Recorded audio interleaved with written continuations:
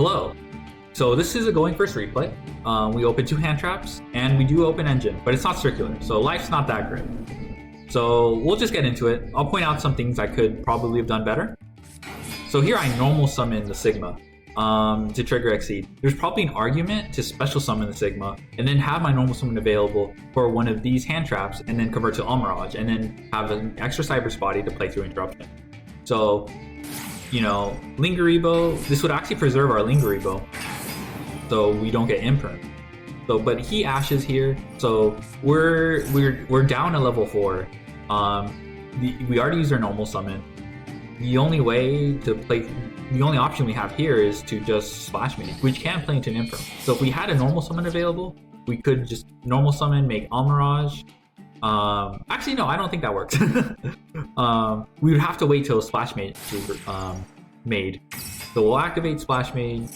They have the Veiler for this, so even then, Imperm would have just stopped us anyway, and so there wasn't really a way.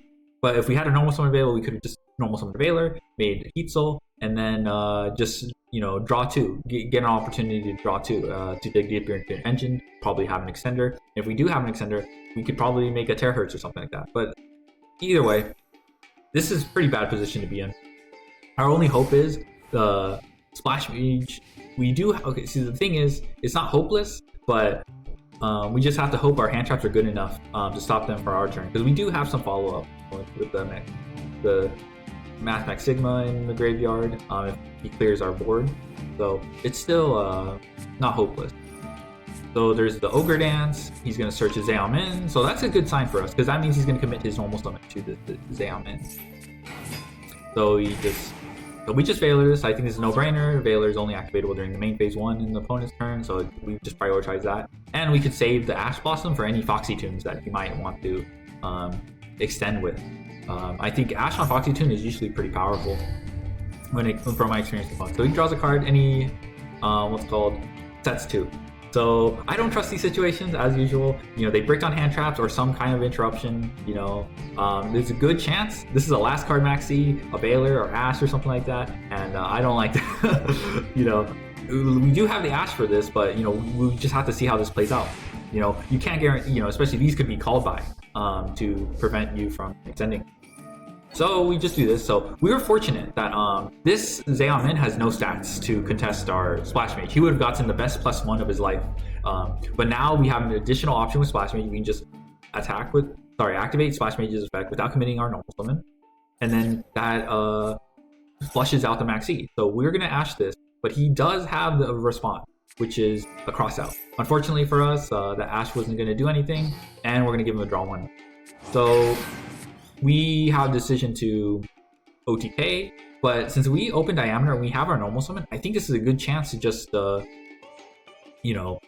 make Alan Burschen and then, go for the OTK.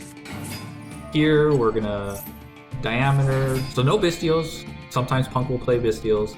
Not very common though. I think it's more common to play Kashtira, which makes his all we have to really watch out for his future draws is Ogre, another Veiler, since we've seen him play it, and his set could be an Imperm or Called By. So that's kind of what we're expecting. So we go into Alan Burschen, we get the negate, and so here we're gonna go for a surprise attack. I don't think he's prepared. This Veiler is good, but if he saved his Veiler for an access code, he's gonna get punished. So this Veiler is a good time to activate it. So it forces out my Alan Burschen, and as we saw in Veiler, there's a good chance he could have a Veiler in hand to negate the Alan Burschen, and then I'm back to square 1. So I negate, I have to use the Diameter negate, and then we just search multiplication. So this is our surprise attack. If he held the Imperm, this multiplication goes in, because Alan Burschen will just tribute itself, special summon multiplication, and then you just go straight into access code, put it to 8600 attack, and because it was modified by multiplication, you cannot Imperm. Well, you can Imperm the effect, you can Imperm access code, but the attack value is set by multiplication, which cannot be negated. You have to negate multiplication's attack value setting at the moment of activation, of multiplication's activation. So in this case, this Imperm was not gonna do anything. That's why I commend him for activating it at the point he did, because that was probably the only way he's gonna get use out of the Imperm. So then we just summon, special summon, We give him minimal draws because I smell blood with the 600 attack. Zayamin. So not the cleanest game because this is a very tough scenario where I think I had to be a little bit more judicious in my decisions. Some choices I had to make, and I would say it is kind of lucky that my hand traps was able to make him pass on his turn.